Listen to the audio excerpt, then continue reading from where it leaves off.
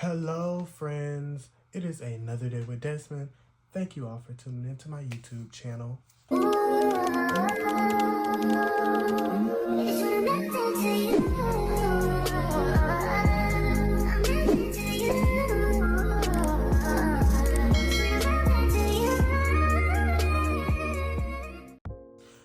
So before we get this video started, please do not forget to like, comment, and subscribe. We're trying to get this video up to at least 5 likes today because we're just now getting started. So please do not forget to like, comment, and subscribe on this video. So today this video is going to be a little more on the informational, on the educational side, but not really. But I'm going to be telling y'all how I got into my dream school. So if you don't know, I will be attending the Florida Agricultural and Mechanical University. Oh my gosh, I think I'm having a stroke. On the highest of 7 hills, starting this fall semester. So I do want to preface this video by saying that this information I'm going to give you is specific to FAMU, but there are multiple ways to get into an institution. This is just the way that I did it. Again, this information is sensitive to FAMU. It's specific to FAMU, so please do not try to take this information I'm giving you and try to apply it to UCLA, because likely you won't get in, because every college has their own set of requirements that you have to meet and criteria that you have to meet before you can be accepted. Okay, so I mean, like, there's nothing else to be said. Let's just jump right into the video. So as far as requirements goes, we're gonna start with requirements. They do require you to have an unweighted GPA of 3.0 or higher on a scale of 4.0. I have an unweighted GPA of a 3.9. My weighted GPA is a 4.1. So that's how I fared pretty easy on that. As far as the SAT goes, they require you to have a 520 English score and a 540 math score. I'm sorry, did I say that backwards? They require you to have a 520 English score and a 540 math score. As far as ACT goes, let me add that up. That is a total average score of, they require you to have a 1060 on the SAT. I made a 1080 on the SAT, so I did really well on that. But they do not super score, so they require you to have these specific scores in every subject. So you would have to make a 520 on English and a 540 on math. If you got a 540 on English but a 520 in math, they would likely reject you because they don't super score like they do each individual section of the test. You have to have a specific score. That's why on the website it doesn't give you a general overall like composite score. But on the ACT you need a 18 in English, a 22 in math, a 21 in reading, and a 19 in quantitative reasoning. Flopped all of that, maybe except for the English and the reading. I think I had a 20 in the English and a 22 in the reading, but I definitely got a 16 in math, and I definitely got a 17 on quantitative reasoning, and my composite score was, I think, a 19 overall. But yeah, I recommend that you all take both the ACT and the SAT, because some people find certain tests easier. Me personally, I found the SAT easier than the ACT, but yeah, make sure that you take it, and I recommend that you take it multiple times until you get the score that you're looking for. Don't just stop, or don't just get, complacent or comfortable. If you could get a higher score, get that higher score, because some scholarships require you to have like a 29, like the Bright Futures program in Florida. They require you to have a 29 ACT for the Bright Futures Medallion Scholars Award, and they require you to have like a 1350 on the SAT. But that's pretty much it as far as requirements goes. I do want to mention though that they do take your senior year into consideration. So I know that you are submitting a transcript when you submit your application, but that is not your final transcript. If you get an acceptance letter, when you get your acceptance letter, they tell you that your acceptance is contingent upon, meaning that it is relying on the turning in of your final transcript. If you flop senior year and that brings your GPA all the way down, then they're gonna, even if they did accept you before, they're going to rescind their acceptance and give it to somebody else because you flopped senior year. I mean, like, come on now. Just because you got accepted into a college does not mean you get to relax and do absolutely nothing. No, you still have to put that work in. Now, your resume is very important. You should have been building your resume from 9th grade up until this point. Every time you do something, I recommend that you put it into your resume so you don't have to go back and do like I did and try to remember everything that you've ever done when it's time for you to make a resume, because I guarantee you're going to leave something out, something that's very important, something that could very well make you stand out among your peers or among all the other 20,000 people who applied to FAMU per semester. So every time you do something, update your resume or set a designated time where you can write everything that you've done down and set a designated time so you can go back and update your resume, because that's very important. So I want to talk about your extracurriculars. Everything that you do outside of church, outside of school, if you go to church, right, and you're in youth group, put that on your resume. Right? Everything that you do needs to be on your resume. If you are a part of a cleanup crew after school, put that on your resume. Boys and Girls Club, put that on your resume.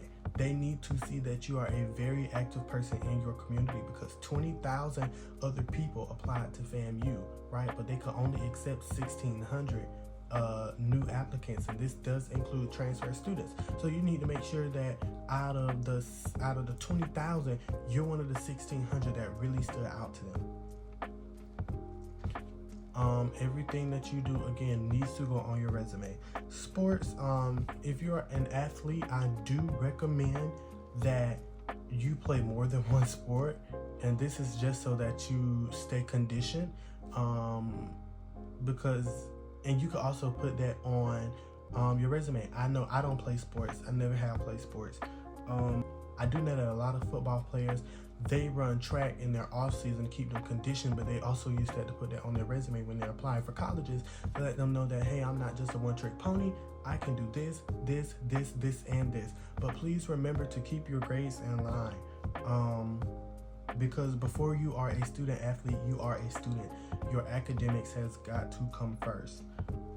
If you do not play sports like I did, I never have played sports. I did not play one sport my entire high school year. I almost did, though, because they were going to have a volleyball team, men's volleyball team, and I was really good at volleyball when we were playing gym class, so I was going to join that team, but I don't know what happened to it. They never got it up off the ground. But anyway, that is not important to the video right now. But if you do not play sports, you don't have to play sports. Don't let anybody try to convince you that you have to play sports to get into a good college. No, I never played sports, and I got accepted into the #1 public HBCU in the whole entire world, in the whole entire nation. So you do not have to play a sport to get into a good college. But what I do want to let you know is that you need to find something that you're good at, and then find multiple clubs or organizations that you can join that showcases that talent. But also make sure that they sound diverse. You don't want to be doing the same thing over and over and over again. Find out what your talent is and find different ways to utilize that same talent in different environments so you look diverse. That's exactly what I did. I was into politics. I was good at arguing. I was in debate club. I was in student government. I was on the student leadership council. I did the Senate page. I was all over the place. So you need to find that one thing that you're good at and try to use it in as many places as possible while maintaining good grades, because you still need to be a student first. I cannot stress that enough. Volunteer. They do want you to have a significant amount of volunteer hours. This just goes to show how dedicated you are to your community. Volunteering is important. Any project that you can find that you're not getting paid for, find your school's designated form and write that on that form and get that person to sign off on it and turn it into your guidance counselor, because they are required to turn in these volunteer hours when they submit your transcript. So if you're cleaning up the church, if you want to mark that as volunteer hours, right? If you're at the nursing home helping do work there, you can mark that off as volunteer hours. If you're cleaning up somebody's garden, mark that off as volunteer hours.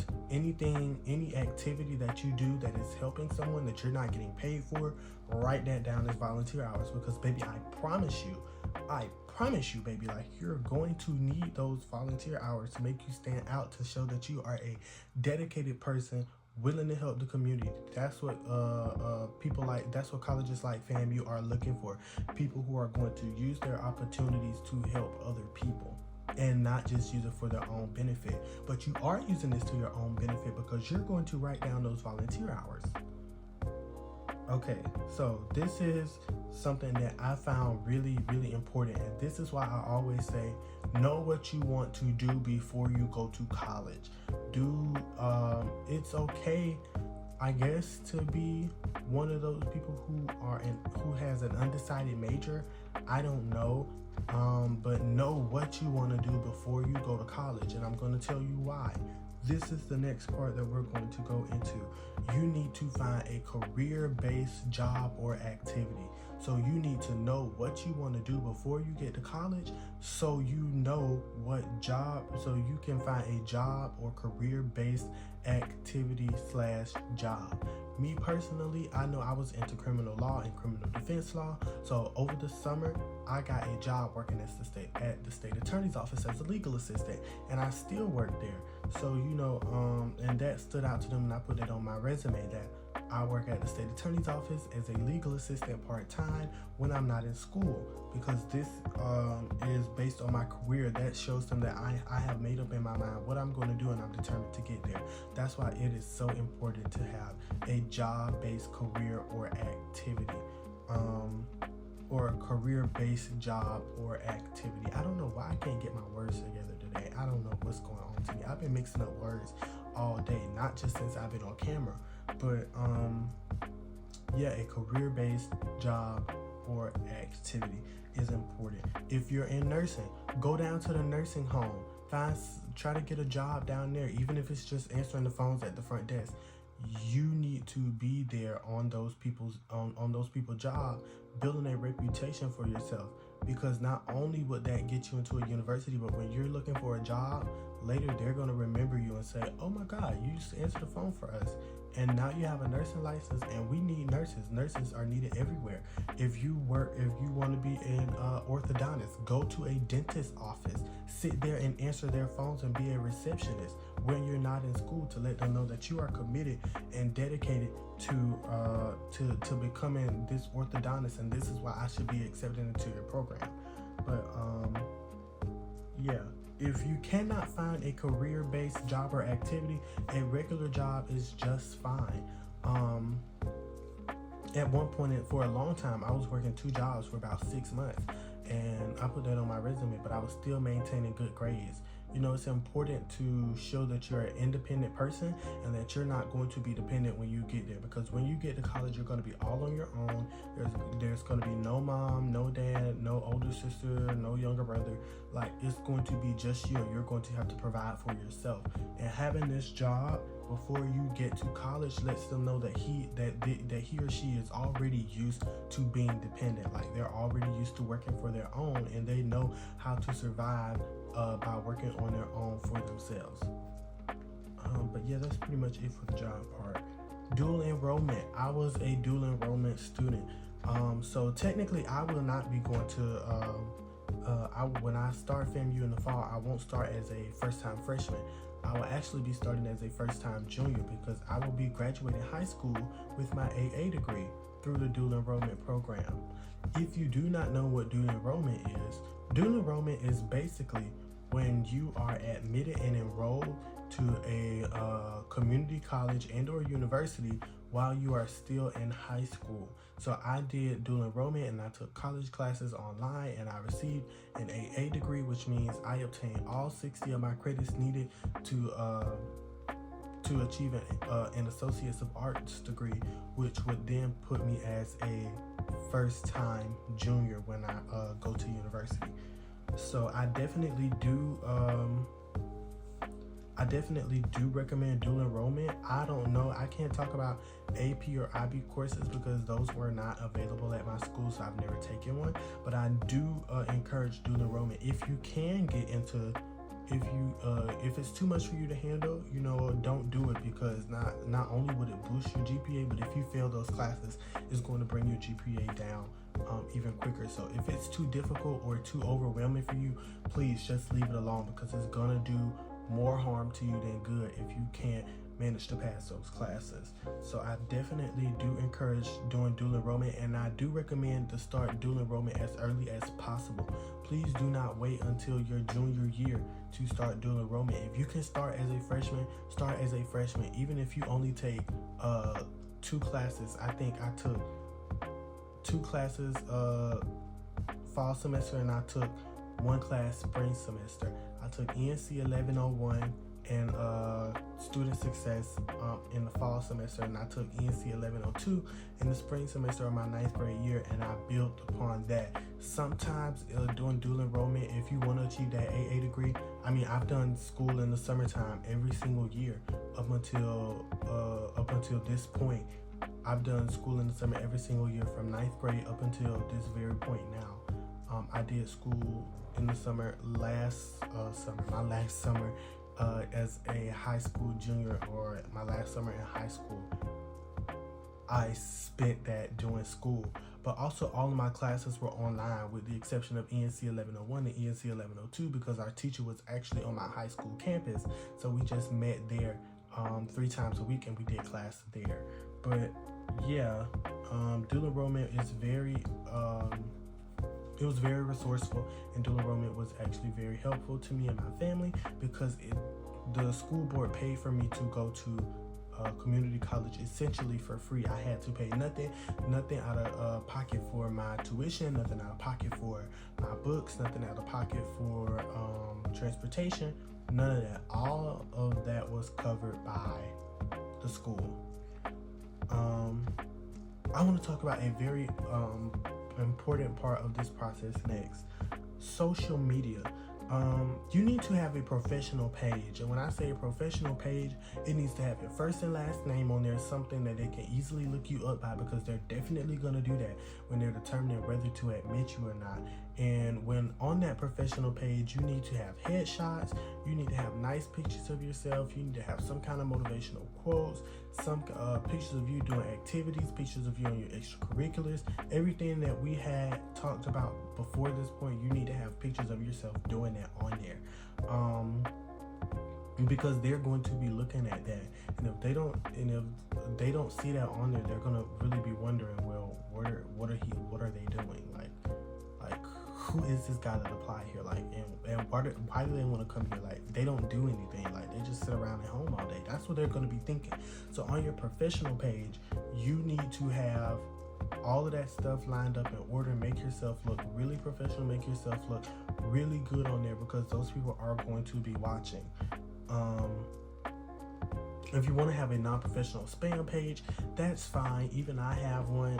There's nothing crazy on there, but I just when my phone is running out of storage, I just post a bunch of pictures on that page, and then I delete them off of my phone, so they're not taking up my storage anymore, but I still have those pictures and videos. So I do want to tell you that if you want to have a spam or a private page, or a spam or a non-professional page, make sure that it is private. When I say private, I mean private in all capital letters. Only people that you know should be on that page, right?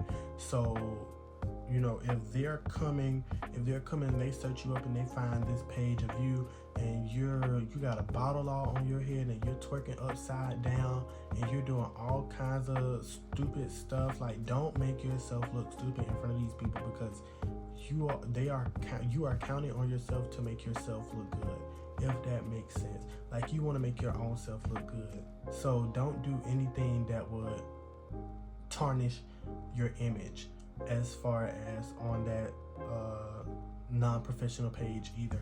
On your professional page especially, you need to make sure that you are resharing educational material surrounding your career on a regular basis. Like me, I reshare legislation passed or anything to do with politics on a regular basis to let them know that, hey, I am really interested in this, because you never know when somebody that is important to your future is watching. Please do not share offensive or divisive content, and this does include racist, ageist, fatphobic, homophobic, transphobic, any kind of offensive or divisive content on your page, because they are going to see that. You are not going to be the only one at college. There are going to be people of all different types of communities, all different types of backgrounds. There are people from all over the world. Some of these people you may never agree with in your life, but that is their life that they have to live in. You cannot dictate that. So you need to make sure that all of your content on there is not offensive or divisive to anyone, whether it's consciously or self-consciously. You get what I'm trying to say. Whether it's on purpose or on accident, you never want to offend somebody, because you never know who's reading your application and deciding on whether or not you get into Florida Agricultural and Mechanical University. There could very well be a gay man sitting here looking at your page and you're posting homophobic comments. Like, do not do that.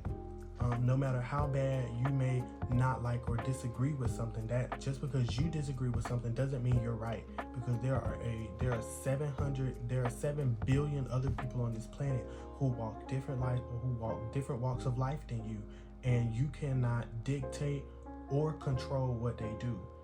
So please, no offensive or divisive content whatsoever.